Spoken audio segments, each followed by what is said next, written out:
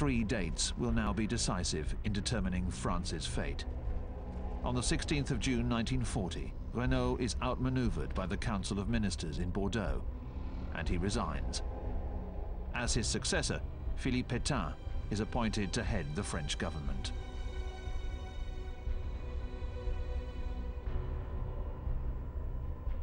Place de la Bastille. Those who've remained in Paris listen to Marshal Pétain. The war hero at Verdun announces that he is seeking an armistice. Français, j'ai demandé à nos adversaires de mettre fin aux hostilités. J'ai pris cette décision dure au cœur d'un soldat parce que la situation militaire l'imposait. The German radio translates this speech, announcing France's capitulation.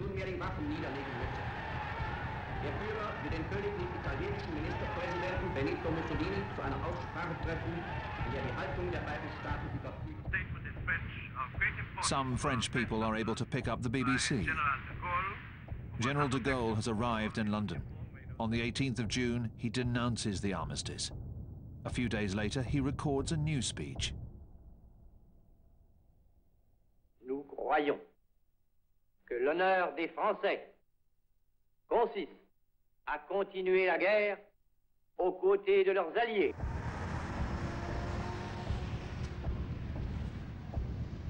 Hitler receives a telegram of congratulations from Moscow.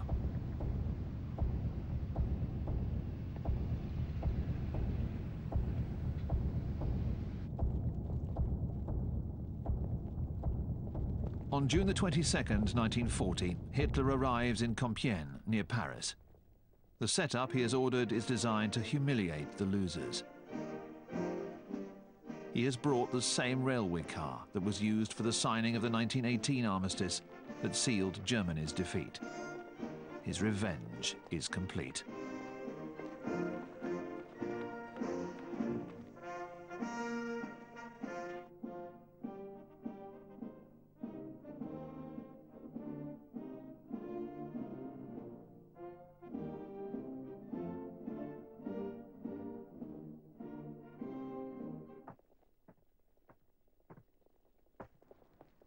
The French delegation is led by General Hunsiger.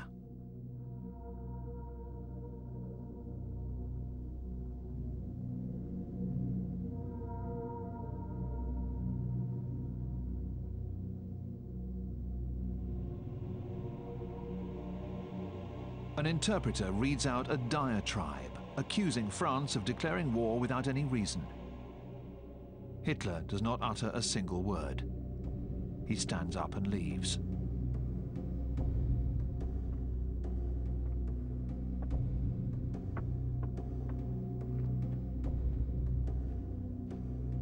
The French delegates have been informed of the terms of the armistice. One of its conditions is that France hand over all the anti-Nazi Germans who have taken refuge in France. Hunsiger tries to negotiate. The Germans refuse. Hunsiger calls the government in Bordeaux. The German secret services tape his conversation with Weygand. Oui, mon général, c'est Hunsiger. Mon général, c'est fait. Oui, mon général. C'est fait. Je vous remercie encore de la façon dont vous l'avez fait. Mon général, oui, enfin, vous me comprenez, vous? Oui, je vous comprends.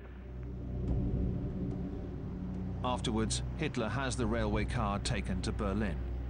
In the final days of the Reich, he will have the SS blow it up with dynamite. Soon, the major symbols of France's victory in World War I will be mocked.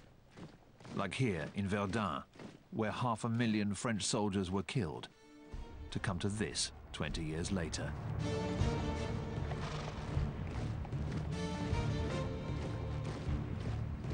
Hitler jeers as he visits his men who've only just taken the Maginot Line.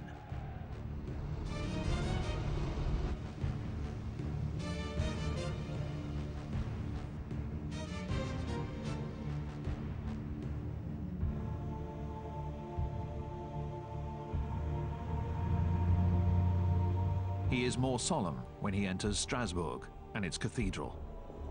Alsace and Lorraine are German once again, as he promised they would be.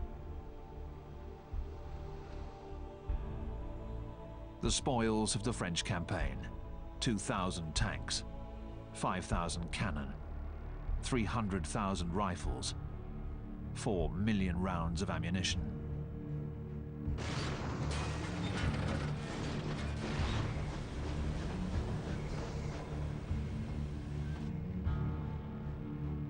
At an army supply warehouse, the Wehrmacht finds a stock of long johns meant for the French army, warm woolen garments which will be stored away for future campaigns.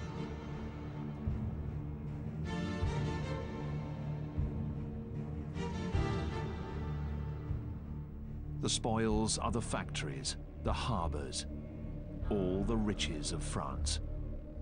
It was the French who declared war. As a consequence, they will pay the equivalent of $100 million a day in occupation costs. General Hunsiger goes to Germany for the first meeting of the commission charged with applying the terms of the armistice.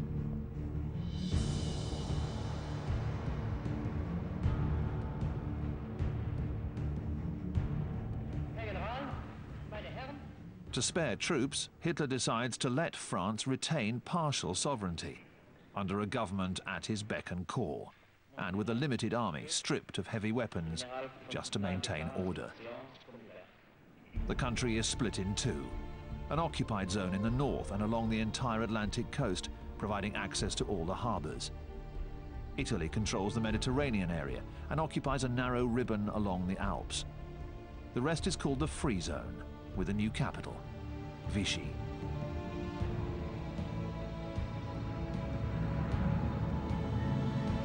This spa town has been chosen in part for its many hotels.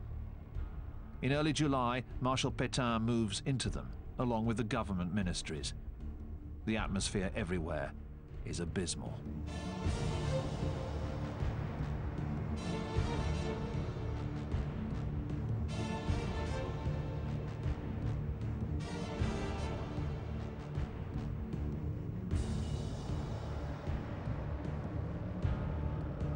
However, this Vichy government continues to control a vast colonial empire, and above all, a still powerful navy. Hitler's only request is that its ships be disarmed and remain in their ports, for he is afraid it might join forces with Britain. Churchill fears the opposite, that it will fall into German hands. He orders the Royal Navy to neutralize it. A British naval force sails to one of France's biggest naval bases, Mers-el-Kébir in Algeria. Churchill is taking no risks. An ultimatum is dispatched: either join us, scuttle your own ships, or sail under escort for demilitarization in the Caribbean. The French reject all proposals. The British open fire.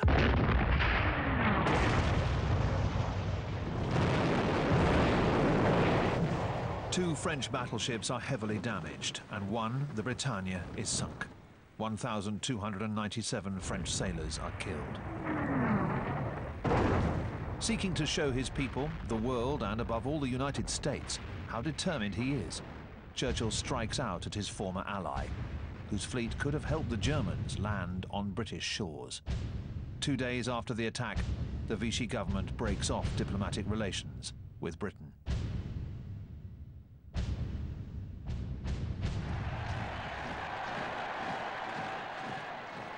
All of Germany acclaims Hitler. His lightning conquest of France enthralls his generals. He sees himself as the greatest war leader of all time, on a par with Napoleon. And like the Emperor, no one dares to contradict him anymore.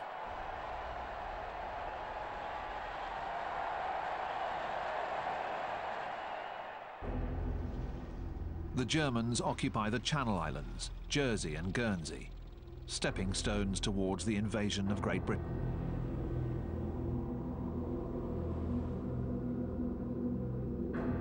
The British get ready for a German invasion, taking measures that might appear trivial.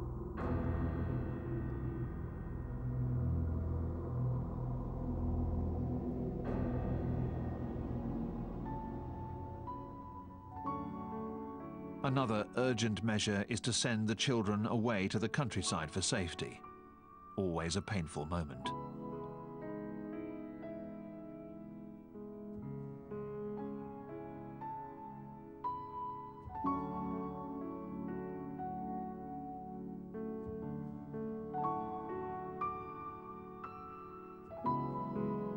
Their elder sisters, their mothers and grandmothers join the war effort.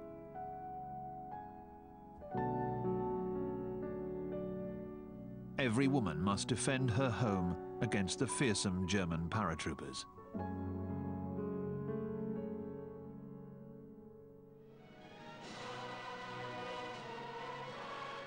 The men join up as local defense volunteers for the Home Guard, even veterans of the First World War.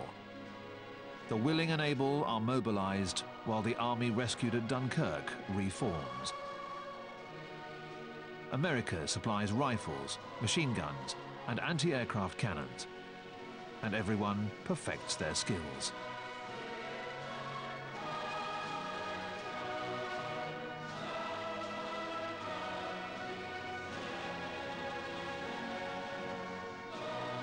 Churchill delivers a most inspired speech to the British people.